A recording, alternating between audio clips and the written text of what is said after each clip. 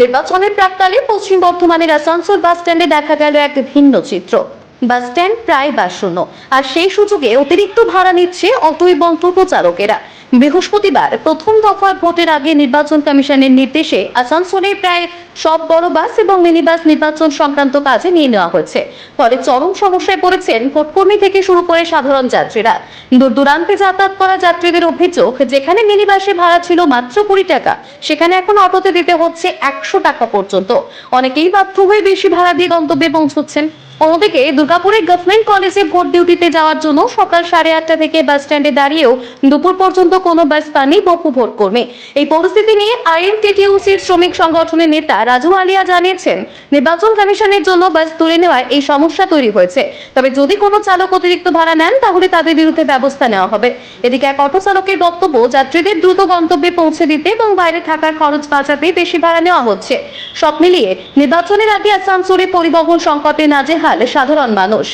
আসানসোল থেকে নিজস্ব প্রতিনিধি রিপোর্ট, জিও ভারতী।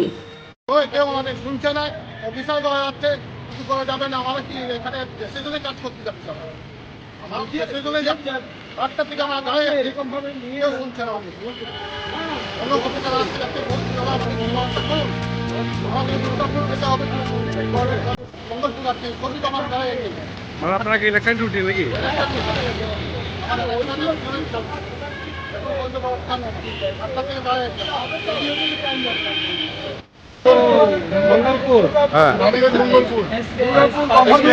কতক্ষণ থেকে দাঁড়িয়ে দেন আপনারা? কতক্ষণ থেকে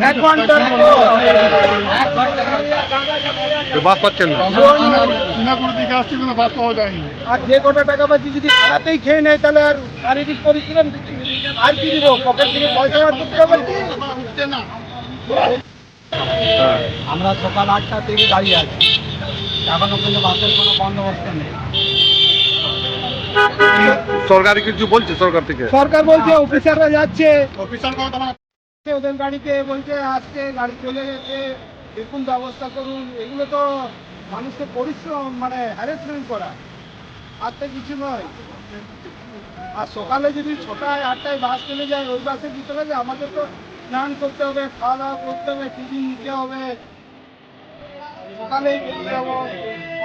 একটা না মানুষ ক ঘন্টা ডিউটি করবে? আপনারা কি ইলেকশন ডিউটিতে যাচ্ছেন? হ্যাঁ, ইলেকশন ডিউটিতে যাচ্ছে। এটা কোথায় যাচ্ছে? কোথায় যাবেন আপনারা? আমি যাবো Durgapur, government college. Durgapur government college. কি নাম আপনার? हम लोग पैसेंजर को सुविधा दे रहे हैं। अगर हम लोग गाड़ी नहीं चलाएंगे तो रास्ते में कोई गाड़ी भी नहीं चलेगा, ठीक है ना। हम लोग पैसेंजर को सुविधा दे रहे हैं, उनको ले करके जा रहे हैं। इधर 500 रुपया भाड़ा है, हम लोग पैसेंजर के लिए फायदा कि 100 करके 5 लोगों पर डिवाइड कर दिए, किसी को महंगा ना पड़े।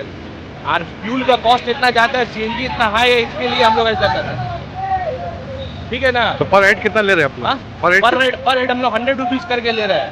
5 पैसेंजर है, 500 हो रहा है, ठीक है ना। 500 रिजर्व भाड़ा है, लेकिन हम लोग किसी एक से नहीं मांग रहे। हम लोग कस्टमर के सोशल वेलफेयर का काम कर रहे हैं, उनको उनके घर तक पहुंचा रहे हैं, क्योंकि बस नहीं चल रहा। बहुत सारे लोग यहाँ फंस जाएंगे। वो लोग अगर कई रूम में स्टे करेंगे तो उनका खर्चा उससे ज़्यादा होगा। उनको हम उनके घर तक पहुंचा रहे हैं, सोशल वेलफेयर का काम कर रहे हैं हम लोग। तो 3 डबल भाड़ा भी तो ले रहे हैं आप? 3 डबल भाड़ा ले रहे हैं? प्लीज माई अंडर जुरिडिक्शन, ठीक है ना। You don't have to teach me how, कितना फेयर लेना है कितना नहीं लेना, वो मेरा मैटर है। You don't have to teach me ना। ओके। যেহেতু কালকে 23 এপ্রিল এখানে নির্বাচন আছে, আর ইলেকশন কমিশন সমস্ত বাস রবিবার অলরেডি কালকেই নির্বাচনের কাজে নেই। তো ব্যাপারটা হচ্ছে তার বিকল্প জন্য অটো টোটো আছে। আমি কিছু কমপ্লেন পেয়েছি, কিছু অটো টোটো মানমানি করছে করার জন্য। তো আমি সকাল থেকে এখন কিছু প্রত্যেক স্ট্যান্ডে এরকম যদি করা সঙ্গে সঙ্গে অ্যাকশন নেবো সে অটো টোটো দিতে। আর তো এটা নির্বাচন সমস্ত গাড়ি কিন্তু বড় বাস, মিনি বাস, যতগুলো গাড়ি কিন্তু ইলেকশন কমিশনের কাজের জন্য নির্বাচনের কাজের জন্য